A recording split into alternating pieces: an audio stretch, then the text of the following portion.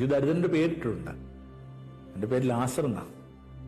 ലാസർ എല്ലാ ദരിദ്രരെയും റെപ്രസെന്റ് ചെയ്യുന്ന അല്ലെന്നാണ് എൻ്റെ ഒരു അനുജൻ വ്യത്യസ്തമായിട്ട് വേദപുസ്തകത്തെ വായിക്കാനും മനസ്സിലാക്കാനും പരിശീലിക്കാനും ഒക്കെ ശ്രമിച്ചുകൊണ്ടിരിക്കുന്ന എൻ്റെ അനുജൻ പറഞ്ഞു തന്നതാണ്. എല്ലാ ദരിദ്രരെയും പ്രതീകമൊന്നുമല്ല ലാസർ എന്ന് പറയും. ദരിദ്രരെ ശ്രദ്ധിച്ചില്ല, കാണാതെ പോയി എന്നുള്ളതല്ല വാസ്തവത്തിൽ അയാളുടെ പ്രശ്നം.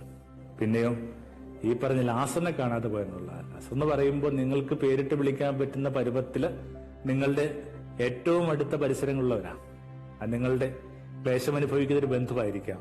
ഇല്ലെങ്കിൽ നിങ്ങൾക്കിങ്ങനെ ചെറിയ ചെറിയ ജോലികൾ ചെയ്ത് നിങ്ങളുടെ ജീവിതത്തെ സഹായിച്ചും സ്വന്തം ജീവിതത്തെ നിലനിർത്തിയൊക്കെ പോകുന്ന പാവപ്പെട്ട പരിചയമുള്ള മനുഷ്യരായിരിക്കാം. ഈ പരിചയമുള്ള മനുഷ്യരെ കാണാതെ പോയെന്നുള്ള വളരെ പ്രധാനപ്പെട്ട. രാവിലെ വീടിനകത്തുനിന്ന് സഹായിക്കുന്ന സ്ത്രീയുടെ വീട് എങ്ങനെയാണ് മുമ്പോട്ട് പോകുന്നത് നമ്മൾ ചോദിക്കാറില്ല. അവൾക്ക് അവധി കിട്ടുന്നതിനെ കുറിച്ച്, അവധി കൊടുക്കുന്നതിനെ കുറിച്ച് നമ്മൾ പലപ്പോഴും നമ്മുടെ ഒരു സങ്കല്പത്തിലേക്ക് വരുന്നില്ല. എന്നിങ്ങനെ എണ്ണി പറഞ്ഞാൽ തുടങ്ങിക്കഴിഞ്ഞാല് എല്ലായിടത്തും അവഗണിക്കപ്പെടുന്ന ഏറ്റവും അടുപ്പമുള്ള മനുഷ്യന്റെ പേരാണ് ലാസർ.